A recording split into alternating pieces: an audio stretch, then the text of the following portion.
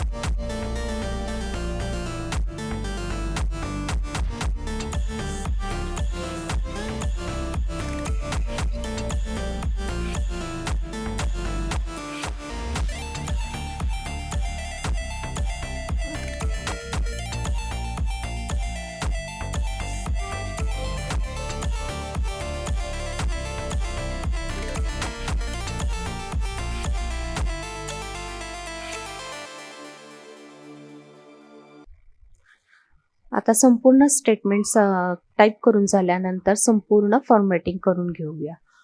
आता B column आणि C column यांची योग्य तितकी विड्थ करून घ्यायची आहे. DEF यांची एकसारखीच विड्थ पाहिजे. कमी असेल तर कमी, जास्त तर जास्त ठेवू शकतो. नंतर 1 ते 8 हे जे नंबर आहेत ते सेंटर करून घ्यायचे आहेत. आणि टेबलचं जे हेडिंग आहे ते बोल्ड आणि सेंटर करून घ्यायचे आहेत. नंतर संपूर्ण टेबल सिलेक्ट करून त्याला पूर्ण ऑल बॉर्डर करायची आहे. ते करून झाल्यानंतर स्टेटमेंटचं जे पहिलं हेडिंग आहे ते सिलेक्ट करून बोल्ड आणि अंडरलाईन त्याला द्यायचे आहे. स्टेटमेंटचं हेडिंग जे आहे ते F कॉलम पर्यंत सिलेक्ट करायचं आहे आणि त्याला मर्ज सेंटर अलाइनमेंट द्यायची आहे. संपूर्ण स्टेटमेंट सिलेक्ट करून झाल्यानंतर त्याला मिडल अलाइनमेंट द्यायची आहे. जर आपल्या काही स्टेटमेंट टाईप करत असताना चुका झाल्या असतील तर त्या दुरुस्त करून घ्यायच्या आहेत आणि मगच आपण स्टेटमेंट सबमिट करायचं आहे.